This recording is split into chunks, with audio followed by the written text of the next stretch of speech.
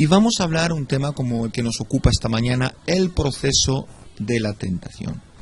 Y en Santiago, el apóstol Santiago, en el capítulo 1 y versículo 13 al 16, nos dice la palabra: cuando alguno es tentado, no diga que es tentado de parte del Señor, porque Dios no puede ser tentado por el mal, ni Él tienta a nadie, sino que cada uno es tentado cuando de su propia concupiscencia es atraído y seducido. Entonces, la concupiscencia, después que ha concebido, da a luz el pecado. Y el pecado, siendo consumado, da a luz la muerte. Amados hermanos míos, no erréis. ¡Qué tremendas palabras! Cuando alguno es tentado, no diga que es tentado de parte del Señor. ¿Por qué? Porque Dios no puede ser tentado por el mal, ni Él tienta a nadie, sino que cada uno es tentado, fíjense, cuando de su propia concupiscencia es atraído y seducido. Entonces la concupiscencia, después que ha concebido, da a luz el pecado, y el pecado, siendo consumado, da a luz la muerte. Amados hermanos míos, no erréis. Dice el apóstol Santiago, y describe perfectamente el proceso de la tentación. Primero, el enemigo envía pensamientos a nuestra mente. Así es como él obra. Satanás envía pensamientos a nuestra mente. Pensamientos malos. Pensamientos que de alguna forma atraen y seducen. Por eso, cuando entretenemos esos pensamientos, esas sugerencias del enemigo, es como si estuviéramos o tuviéramos intimidad con esos pensamientos. Claro, cuando se tiene intimidad con esos pensamientos, lo primero que ocurre es que hay un embarazo. Hay un embarazo espiritual. ¿Por qué? Porque se tiene intimidad con esos pensamientos. Entonces, la decisión es nuestra, porque podemos dar a luz el pecado o lo abortamos. Esto es fuerte, porque cuando una pareja tiene intimidad, hay un engendramiento, por supuesto hay un embarazo, y todos sabemos hoy en nuestro país, ¿verdad?, la legalidad que tiene esto, que dentro de X tiempo se puede abortar con toda la tranquilidad. Esto es lo mismo, en el plano espiritual, cuando usted entretiene los pensamientos, usted tiene intimidad con pensamientos del diablo, usted tiene intimidad con esos pensamientos que le seducen y los entretiene en la mente, ahí hay un embarazo. Entonces, lo único que queda es ya nuestra decisión de dar a luz el pecado o abortar el pecado. Amable oyente, ¿qué medio usa el enemigo para tentarnos? ¿Saben? El único acceso que el enemigo tiene a nuestra vida, atención, es a través de nuestra mente. Pues no puede tocar nuestro espíritu. ¿Por qué? ¿Por qué la mente? Dice en Proverbios capítulo 23 y versículo 7, porque cuál es su pensamiento en su corazón, tal es él. Le repito, porque cuál es su pensamiento en su corazón, tal es. El cuerpo, querido oyente, obedece a la mente. Si el enemigo sugiere algo a nuestra mente, el cuerpo obedecerá. Si entretenemos esos pensamientos, caeremos vencidos por la tentación. Porque como piensa en su corazón, así es el hombre. O dicho de otra forma, el secreto para vivir con éxito está en nuestra mente, por supuesto. ¿Saben que el 50% de la Biblia fue escrita para renovar nuestra mente? La palabra del Señor está escrita para que renovemos nuestra mente, porque hay un antes de venir a Cristo y un después de estar en Cristo. Pues como pensamos de nosotros mismos, así somos. El enemigo anda detrás de nuestra mente, sí. Yo le puedo dar ejemplos. Recuerde cuando tiene que salir a evangelizar, cuando usted tiene que hablar a una persona del Señor, mire qué es lo primero que viene a su mente. Lo primero que te dice, mira, estás cansado, has trabajado todo el día, ¿dónde vas a ir? Lo segundo que viene, te van a rechazar. Van a pensar que tú estás loco. O recuerda cómo te fue la última vez. Siempre va a traerte un desánimo. El enemigo te trae desánimo, te trae cansancio, te trae pereza para desalinearte de tu plan, del plan que Dios tiene para ti. ¿Cómo es el proceso de la tentación? Esta es una pregunta que muy a menudo nos suelen realizar. ¿Cómo es el proceso de la tentación? Pues bien, mire, amable oyente, cuando somos tentados, cuando somos atraídos y seducidos por el mal, ¿qué ocurre? Que la concupiscencia concibe y da luz, ¿qué? El pecado. Y al consumarse el pecado, atención, da a luz, ¿qué? La muerte. Cuando hablo de muerte, no necesariamente hablo de una muerte física. Primeramente lo que ocurre es una muerte espiritual. La muerte espiritual es que el espíritu de la persona se separa del Espíritu Santo. Entonces, como Dios es la vida, al separarte de la vida, el espíritu humano queda muerto, no responde, no tiene autoridad. Nos convertimos en seres muy almáticos, nos convertimos en personas guiados por sentimientos, emociones, intelecto, y llevamos nuestra vida con nuestra propia fuerza o recursos. Por eso terminamos cabreados, terminamos enfadados, con ira, se nos divide, se nos menoscaba y las cosas se van empeorando, con un vacío interno impresionante. Por eso hay que tener mucho cuidado cuando somos tentados, porque repito, somos atraídos, somos seducidos por el mal. La concupiscencia concibe y da luz el pecado, y al consumarse el pecado va a dar inevitablemente, va a dar a luz la muerte.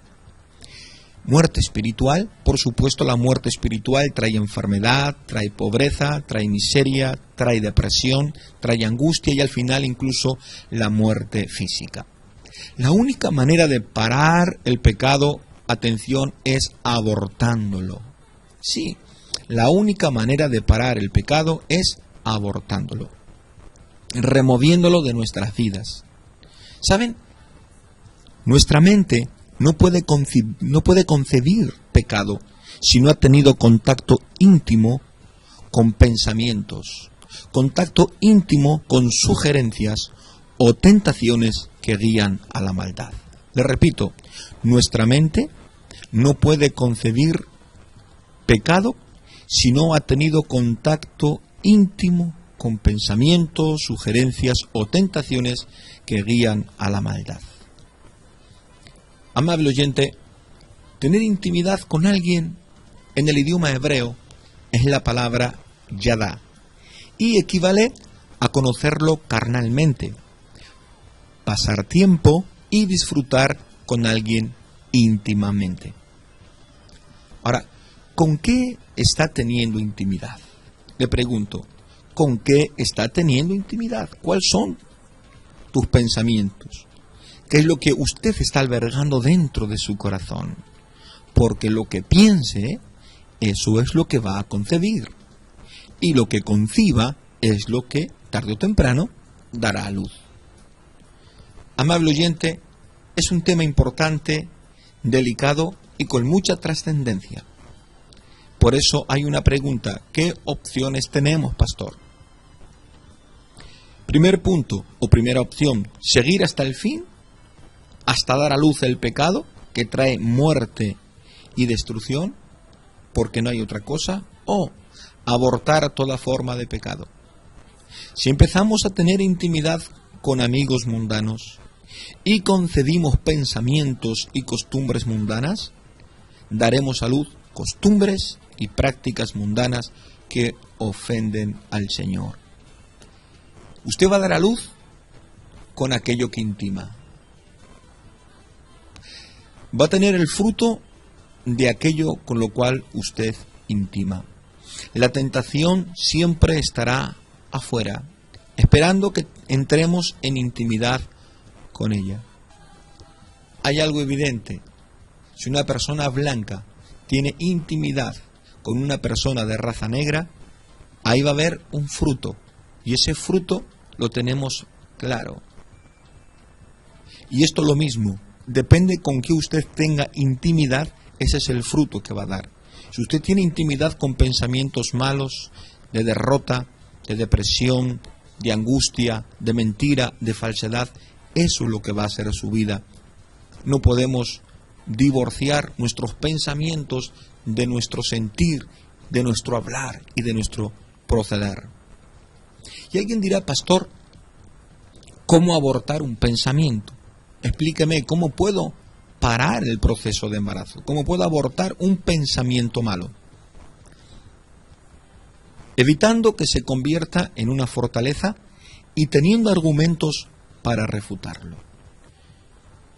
¿Cómo es esto? Por medio de la palabra del Señor. Los pensamientos malos tiene que confrontarlos con los pensamientos de Dios. ¿Dónde está el pensamiento de Dios? El pensamiento de Dios está en la Biblia. El pensamiento de Dios está en la palabra. Si usted entretiene pensamientos de la Biblia, entretiene pensamientos de la palabra, estará teniendo intimidad con el Rey de Reyes y Señor de Señores, con el ser más maravilloso, tierno, el Creador de los cielos y de la tierra. Solamente de esa forma podrá abortar los pensamientos de Satanás, que viene a matarle, a hurtar y a destruir. Dice en 2 de Corintios capítulo 10 y versículo 4, porque las armas de nuestra milicia no son carnales, no, sino poderosas en Dios para la destrucción de fortalezas. Mire, fortalezas en la antigüedad, cuando se hacían las construcciones, primero ponían las paredes alrededor de la ciudad. Esa es una fortaleza. Las fortalezas no aparecen de la noche a la mañana. Primero se pone un bloque aquí, otro allá, y poquito a poco se va edificando la fortaleza a medida que se juega con pensamientos. Lo mismo, cada día usted pone un bloque, cada día pone un ladrillo, cada día pone un pensamiento, y eso va levantando esa fortaleza. Cuando venimos a ver, lo que tenemos es una gran fortaleza de imaginaciones, conceptos, ideologías, patrones o también tradiciones. Por supuesto, son tradiciones de tantos años, son ladrillos que están ahí puestos y levantados, que cuando esto ocurre, no es tiempo de ir al psicólogo ni al psiquiatra, no hay manera de abortarlo, sino usar armas espirituales para la destrucción de fortalezas. Mire, estamos hablando de fortalezas, porque las armas de nuestra milicia no son carnales, sino poderosas en Dios para la destrucción de fortalezas. Argumentos, por supuesto, para tener argumentos y rebatir los ataques del enemigo. Mi amado hermano, la palabra del Señor debe estar siempre, siempre en nuestra mente. Por eso en 2 de Corintios, capítulo 10 y versículo 5, nos dice así la palabra: derribando argumentos y toda altivez que se levanta contra el conocimiento de Dios, y llevando cautivo todos los pensamientos, ¿dónde? A la obediencia a Cristo. Por ejemplo, querido oyente, si usted declara que está sano en el nombre de Jesús, pero el médico le dice que no, lo que tiene que hacer es dar un paso de fe, derribar los argumentos del médico y declarar la palabra de Dios, que es donde radica el poder de la sanidad. ¿Qué dice la palabra? En sus llagas fuimos nosotros curados. Él se llevó nuestras enfermedades, Él se llevó nuestras dolencias. Usted no lo tiene que cargar, usted no lo tiene que llevar, porque Cristo ya lo cargó, Cristo ya lo llevó. Eso es un pensamiento que nos dice la palabra. Y nosotros refutamos con la palabra cualquier mentira que nos quieran soltar, de que nos vamos a morir, de que nosotros vamos a morir de la enfermedad que murió papá, mamá, el abuelo. Eso es una mentira del enemigo. Y eso nosotros tenemos que confrontarlo por medio de la palabra del Señor. Si usted se lo cree el pensamiento, dice, sí, me voy a morir, pobre de mí, no valgo, no sirvo, porque soy la oveja negra, porque...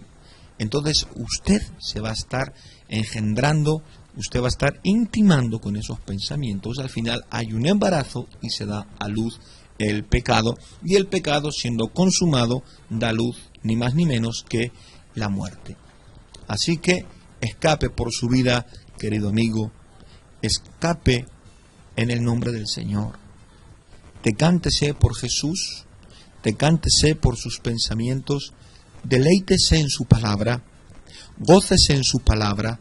Es hora de que tome de nuevo la Biblia, es hora de que tome de nuevo las armas. La palabra de Dios es la espada de dos filos. Es hora que vuelva de nuevo al ayuno, a la oración, en el nombre de Jesús.